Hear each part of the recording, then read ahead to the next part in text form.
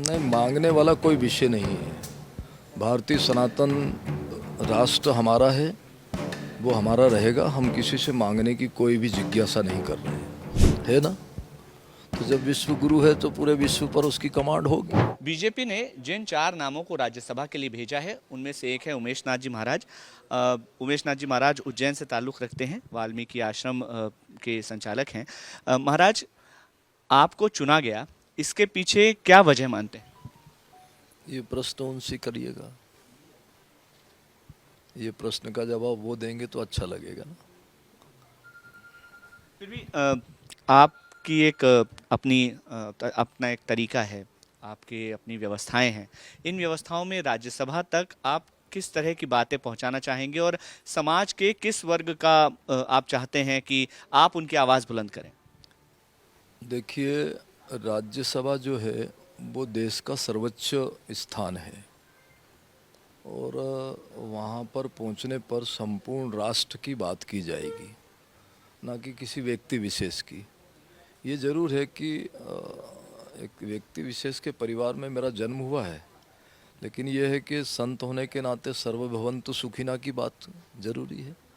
सबको सुख मिले, सबको शांति मिले, सबको आनंद मिले। और यही भाव जो है माननीय प्रधानमंत्री जी, माननीय मोदी जी का भी है। उनका ऊंचा विचार है, उनकी ऊंची सोच है और उनका भाव है कि सबका विकास होना चाहिए, सबके साथ में खड़े होना चाहिए। तो इसमें पारदर्शिता भी है, खाली खाली भाषण नहीं है। एक गरीब से गरीब परिवार के साथ भी खड़े हैं और अमीर के साथ भी खड़े हैं। तो मुझे ऐसा लगता है कि संत के पहुंचने से एक सत्य, धर्म और अहिंसा की चर्चा और मन वचन कर्म से उस पर विचार किया जाएगा। राजनीति और धर्म को किस तरह से अलग करते हैं? और आप जिस वर्ग से हैं, आप संत समाज से आते हैं, तो संत समाज की ऐसी कौन सी बातें हैं जो आप चाहते हैं कि राजनीति में भी और देश के सर्वोच्च सदन में उसका निवेश किया जाए? राजनीतिक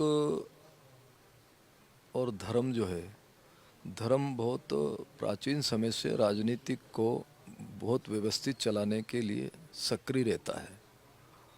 और मैं समझता हूँ कि माननीय मोदी जी ने सबसे पहले वहाँ धर्म दंड की स्थापना की है।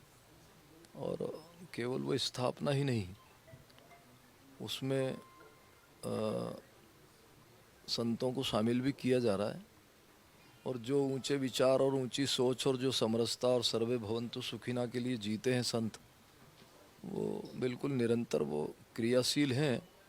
और धीरे धीरे वो पूरा का पूरा जो परिवेश है वो अब बदलता जा रहा है।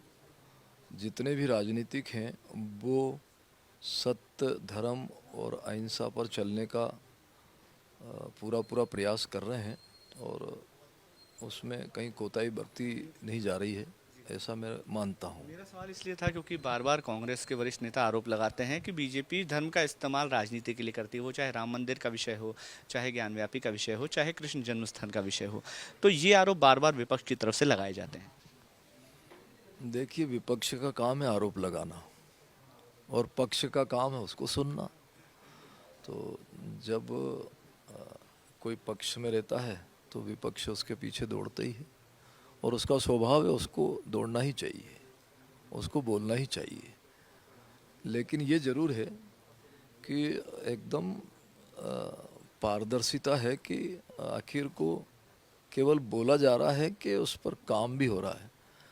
कुछ लोग वाणी से काम करना चाहते हैं, तो वाणी से देश का कल्याण होना नहीं है, वो तो क्रिया में लाना पड़ेगा और क्रिया में लाएंगे तो ही देश का कल्याण होगा। तो क्रिया में लाने का मतलब ये है कि जिसको आप ज्ञान व्यापी मस्जिद बोलते हो, तो जब हमने क्रिया करी तो क्या लगा, वो मंदिर निकला। हाँ, तो माननीय उत्तर प्रदेश के जो मुख्यमंत्री जी हैं, पूज्य परम पूज्य स्वामी आदित्यनाथ जी, उनका साहस, उनकी दमंगता, तो वो मस्जिद नहीं है, वो तो सब स्पष्ट हो गया। उधर आप देखें कि राम जन्मभूमि पे जब ये सब चला तो भगवान राम वहाँ विलंब से पहुँचे, लेकिन पहुँचे। काशी विश्वनाथ जी जब वहाँ पर कुछ हुआ तो वहाँ ऐसा लगा कि 3000 मकान हटाए गए तो वहाँ नंदी भगवान वहाँ उन मकानों में फंसे हुए मिले। नहीं, विराजित तो थे लेकिन फंसे हुए मिले। तो ऐसी परिस्थिति में अपन केवल ये कहें कि वाणी से कुछ होगा तो नहीं, उस पर क्रिया भी हो रही निरंतर। और माननीय मोदी जी और पूरा उनका जो समाज है, पूरा सर्कल है, वो सब बहुत अच्छे से इस काम को कर रहा है। और हम आप सब लोग उनके साथ हैं। देश के सनातन धर्म के जितने भी संत हैं उनके साथ किसी बगैर दबाव के भी वो खड़े हैं, साथ हैं। दो छोटे छोटे सवाल हैं। पहला, योगी जी ने कहा कि हमें 3 धाम दे दीजिए, और उसके बाद जैसे कृष्ण जी ने 5 गांव मांगे थे और 5 गांव देने से इनकार कर दिया, हमें आप 3 दे दीजिए, उसके बाद हम नहीं मांगेंगे। इसको लेकर के क्या है? नहीं, मांगने वाला कोई विषय नहीं है। भारतीय सनातन राष्ट्र हमारा है, वो हमारा रहेगा। हम किसी से मांगने की कोई भी जिज्ञासा नहीं कर रहे हैं। मोदी जी अभी यूएई गए थे, वहाँ पर अबू धाबी में एक बहुत बड़ा मंदिर का निर्माण हुआ। इसे किस तरह से देखते हैं? ये परंपरा, जिस तरह से एक इस्लामिक देश ने मंदिर बनने की अनुमति ही नहीं दी बल्कि शामिल भी हुए कार्यक्रमों में, तो इसे किस तरह से देखते हैं? क्या अंतर्राष्ट्रीय स्तर पर बहुत सारे बदलाव आप देख रहे हैं? आपको ये जानकारी में है कि भारत विश्व गुरु है ना?